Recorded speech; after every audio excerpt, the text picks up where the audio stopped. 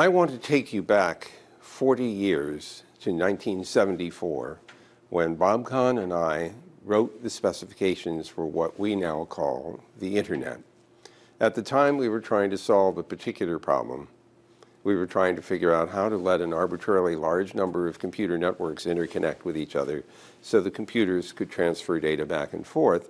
But very quickly, we discovered that this was a social network environment, too. In the predecessor research work that we did in 1971 on the ARPANET, Internet mail was invented, not by us, but by our colleagues, and it was very apparent at the very beginning that this was a social phenomenon. People were sharing information with each other about books that they had read, about restaurants that they'd gone to. It was very clear that this computer communication network had become a personal communication network that had significant social consequences. Now, as we move forward in time, from 1974, when our first paper was published, to 1983, when we turned the Internet on, so it's been operating for 31 years now, we began to see a spread in the academic community, and of course for the Defense Department, which had funded the research that led to the Internet. But by 1988, it became apparent that this could be a very useful tool for commercial use, for access by users, consumers, not just businesses, and certainly not just the government and academia. So I and my colleagues encouraged the creation of a commercial Internet. Today we see another phenomenon. We see mobiles, smartphones in particular, being made more powerful than they are just by their own computing capability because they have access to the Internet.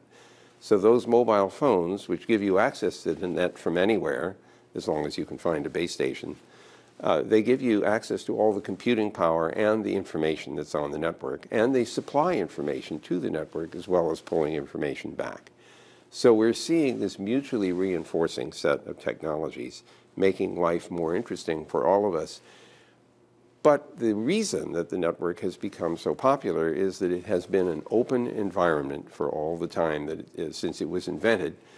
People didn't have to get permission to get access to the network to build a new application. They simply put the application up on the network and allowed people to get access to it.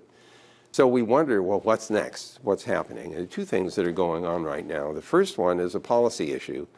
The question is, who is in control of the Internet? And the honest answer is nobody. It's a highly distributed, fully collaborative environment with literally hundreds of millions of networks all interconnected with each other, each of them deciding, or each operator deciding with whom to connect, with which hardware and which software, independent of everybody else. And as long as they observe the same standards, which make the Internet interoperable, it all works. What's very important about the network's openness is that it allows for any company that's interested in global business services to reach these customers without any interference at all. There are pressures right now that may, in fact, cause the network to become balkanized. And those pressures arise because of concerns that people have over privacy.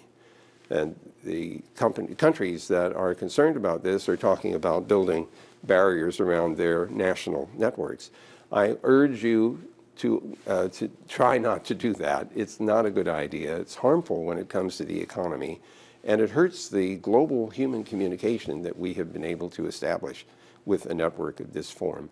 What we have learned, especially in the Internet Corporation for Assigned Names and Numbers, which is responsible for domain names and Internet address allocation, is that a multi-stakeholder model for Internet governance is, in fact, the best way to move forward.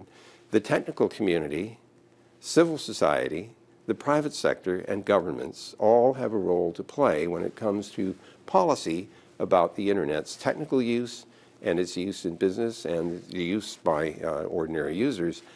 Looking towards the future, the Internet has an unlimited future because it's all about software. And if you know anything about software, you know that there is no limit to what you can do in software. The limit is your imagination.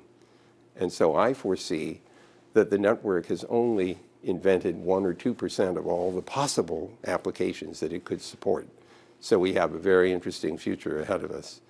I'm sorry that I can't be with you in person, but you'll have to put up today with virtual Vint, In the meantime, I do hope we see each other in the real world. And in the meantime, I'll see you on the net.